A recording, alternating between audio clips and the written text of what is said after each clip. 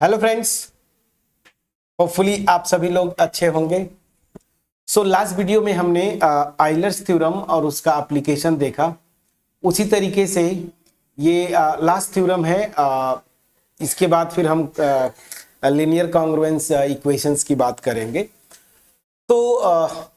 ये जो थ्योरम है विल्सन थ्योरम, इस थ्योरम की अगर बात बोलूं, होम एग्जाम्स में क्वेश्चंस बनते ही बनते हैं। इसके अलावा इस पे जो है ना गेट में बहुत सारे क्वेश्चंस बने हैं। मैं जो पिछली वीडियो में भी बोला था 2011 से 16-17 के आसपास अगर गेट के क्वेश्चंस उठा के देखें तो इस थ्योरम पे क्वेश्चन आपको मिल जाएंगे। तो विल्सन थ्योरम क्या बोलता है, तो पहले इसको समझेंगे। इस वीडियो में जो हम करेंगे विल्सन थ्योरम का स्टेटमेंट और एक दो एग्जाम्पल्स, ताकि आपको अंडरस्टैंडिंग हो जाए, फिर जहां पे भी आपको अप्लाई करना है आप अप्लाई कर पाए। विल्सन थ्योरम बोलता क्या है कि एक प्राइम लीजिए P। ये क्या है? प्राइम। एक प्राइम मैंने लिया P। तो विल्सन थ्योरम ये बोलता है कि P-1, ठीक है ना, इसका फैक्टोरियल जो है ना, this is congruent to -1 mod P। बड़ा इंटरेस्टिंग रिजल्ट है ये, ठीक है ना। क्या बोल रहा है कि कोई प्राइम लीजिए, कोई भी प्राइम लीजिए, तो उस प्राइम P अगर है तो P-1 का फैक्टोरियल निकाल लीजिए, ठीक है ना।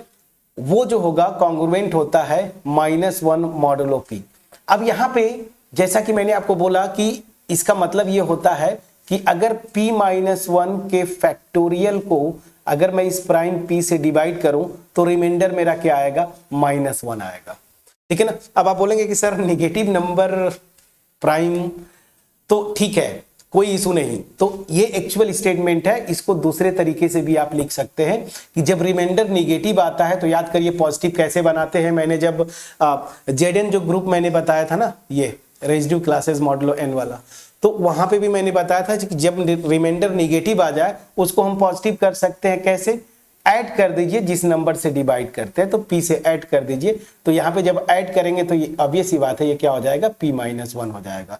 तो दूसरे तरीके से भी इसको ऐसे बोलते हैं कि P-1 का factorial this is congruent to P-1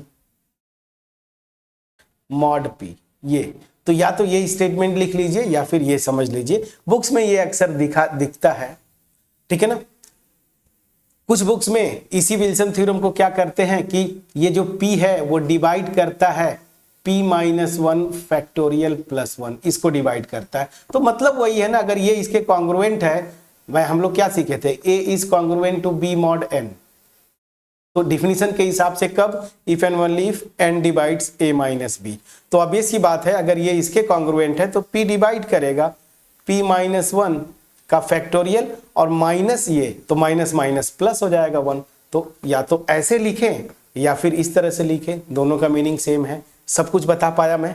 चलिए, तो पहले स्टेटमेंट जो मैंने एक्सप्लेन किया उसको आप अगर नोट करना चाहें तो प्रॉपर तरीके से मैंने लिखा है, if P is a prime number then P-1 factorial is congruent to -1 mod P। अब रही बात एग्जाम्पल, छोटा सा एक एग्जाम्पल मैं लेके आपको एक्सप्लेन करने की कोशिश करता हूं। एक प्राइम मैं ले लेता हूं, चलिए ये मैं ले लेता हूं, P को मैंने एक प्राइम ले लिया 3 फॉर एग्जाम्पल, ठीक। तो रिजल्ट के अकॉर्डिंगली क्या होगा? ठीक है, रिजल्ट के अकॉर्डिंगली इस 3-1 का जो फैक्टोरियल होगा, ठीक है ना, this is congruent to -1 mod 3। और इसका दूसरा मीनिंग क्या है?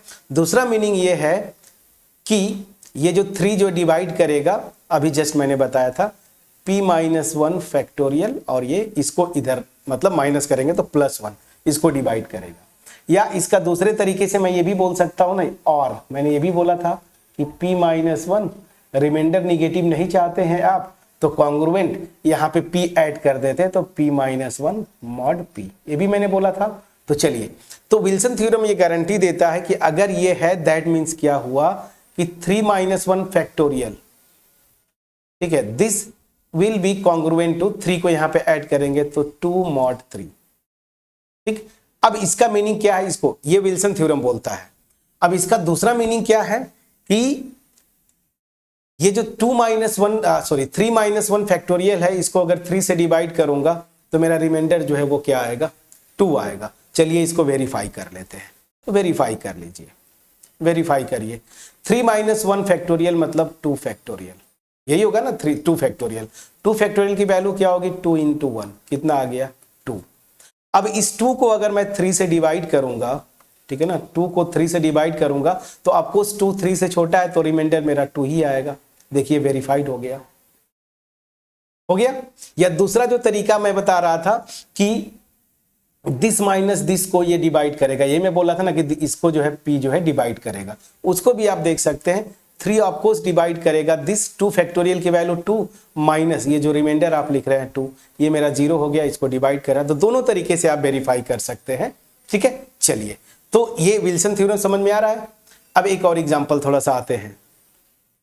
प्राइम को मैं बढ़ाता हूं थोड़ा सा, p को मैंने 5 ले लिया, ये भी एक प्राइम है। तो विल्सन थ्योरम गारंटी ये देता है कि इसका जो फैक्टोरियल होगा 5 - 1 का फैक्टोरियल, ऊपर स्क्रीन पे देखिए स्टेटमेंट ये है, ठीक है।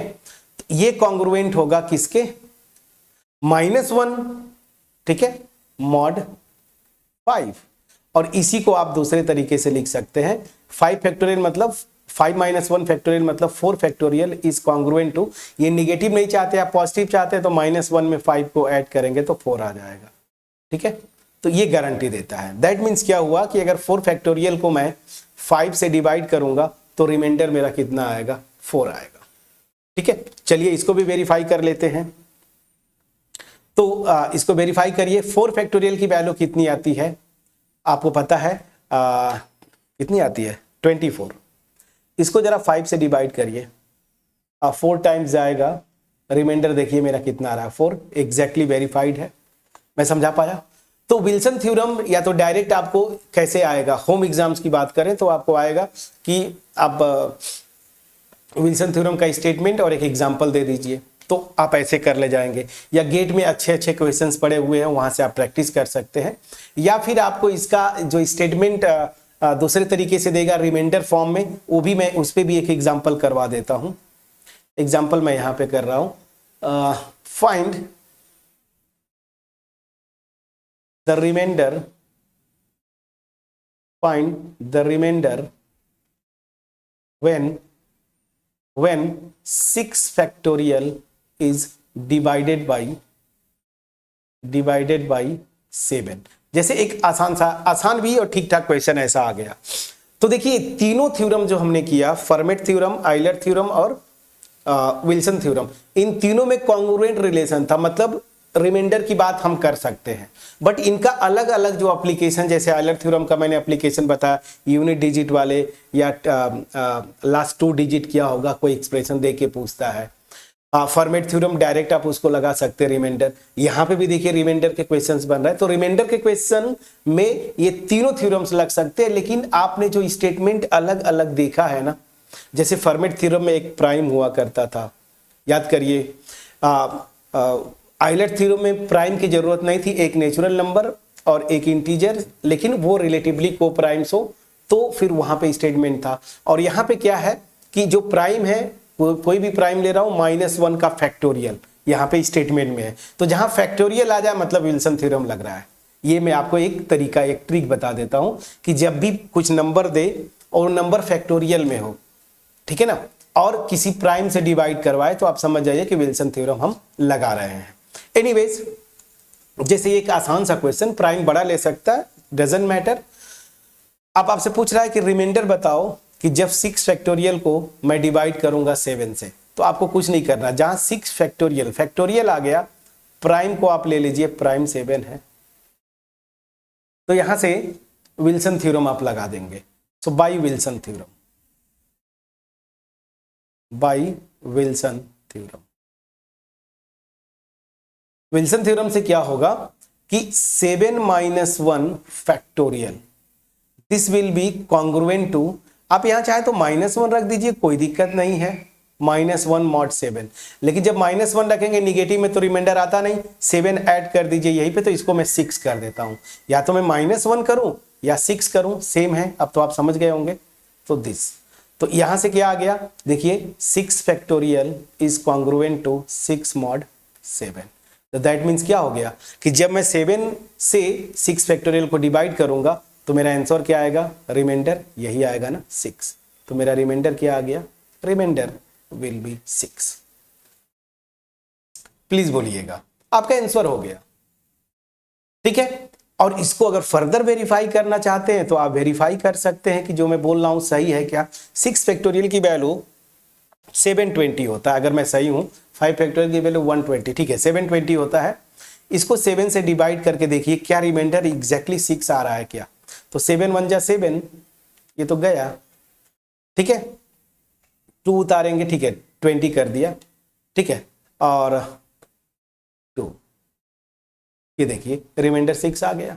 प्लीज चेक करके देख लीजिए, वही आएगा। ठीक है, क्लियर। तो रिमाइंडर देखिए मैंने प्रैक्टिकली वेरीफाई भी करवाया, आपको दिखाया, विजुलाइज करवाया। तो ये था विल्सन थ्योरम। तो विल्सन थ्योरम में क्या था, आप हर एक स्टेटमेंट को बारीकी से एक बार आपने नोट किया भी होगा कि तीनों थ्योरम, अगर रिमाइंडर के क्वेश्चन आए तीनों थ्योरम लगा सकते हैं, लेकिन कब कहां पे लगाना है। फर्मेट थ्योरम में एक प्राइम और एक इंटीजर था, बाकी और कंडीशंस थे वो आप स्टेटमेंट देखे हैं। आइलर थ्योरम में सॉरी एक इंटीजर और एक नेचुरल नंबर था, वो रिलेटिवली को प्राइम होने चाहिए। विल्सन थ्योरम में एक प्राइम है, प्राइम नंबर है, लेकिन इसके स्टेटमेंट में फैक्टोरियल आ रहा है। तो जब भी फैक्टोरियल की बात कर ले तुरंत आप विल्सन थ्योरम लगाएंगे। तो ये था बेसिक जो नंबर थ्योरी का आपका एनईपी 6 सेमेस्टर का जो सिलेबस है। नेट और गेट में भी नेट का तो खैर ये अभी भी नंबर थ्योरी में चलता है, क्वेश्चंस बनते रहते हैं, डायरेक्ट भले ने पूछे लेकिन आपको लिंक कर देते हैं। गेट में थोड़ी अब कम, या तो शायद सिलेबस हटा दिया है अलजेब्रा का सिलेबस। अब देखिएगा ये अगर होगा भी तो पूछते नहीं, कम पूछते हैं, बट क्वेश्चंस बने हैं। ठीक है, अब रही बात इसका जो आगे का सिलेबस है, अगर मैं एनईपी का देखूं तो कॉन्ग्रुएंस, जो लीनियर कॉन्ग्रुएंस की बात करते हैं वही से इक्वेशन बनता है, चाइनीज रिमाइंडर थ्योरम वगैरह है, उसको हम स्टार्ट करेंगे।